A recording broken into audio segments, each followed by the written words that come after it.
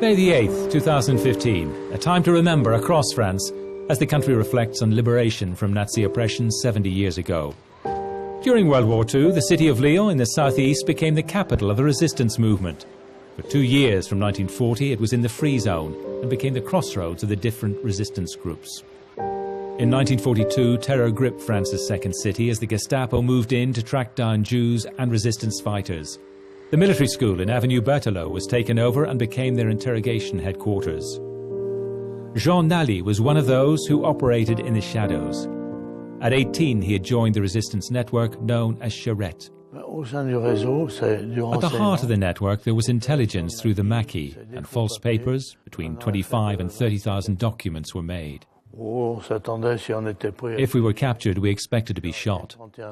I was arrested on March 31st, 1944, and brought immediately to this building.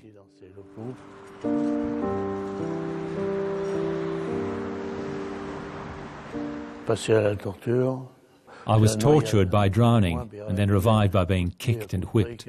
I was not able to sit down for at least 6 months.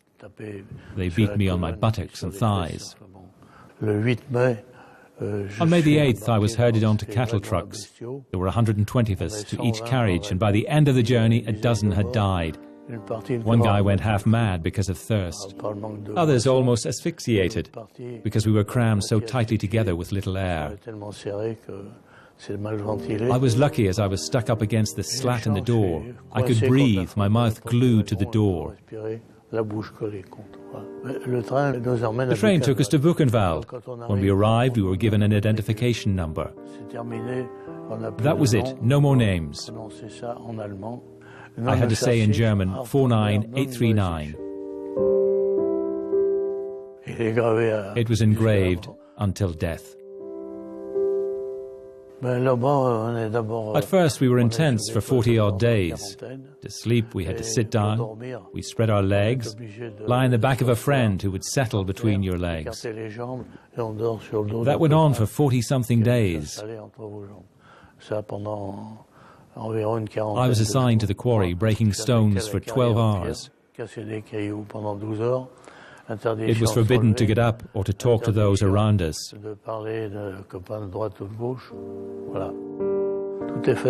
Everything was done to break us. Following that, I went to a factory making airplane parts. It was not so bad, because we made them pay.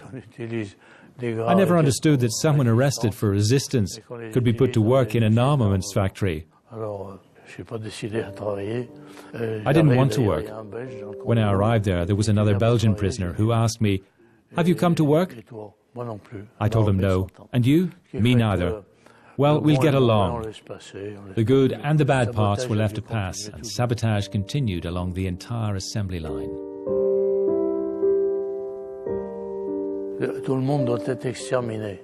Everyone should have been exterminated. The Jews and all who were held in the camps.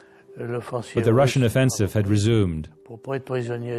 So as not to be taken by them or the Americans, the SS had us zigzag through Germany, certainly to drown us in the Baltic Sea. It was 900 kilometers on foot. I was released on May the 8th, 1945. 5,000 started on the forced march. There were less than 500 when we arrived. I weighed 38 kilograms at the end. It took me 3 years to put on 50 kilograms.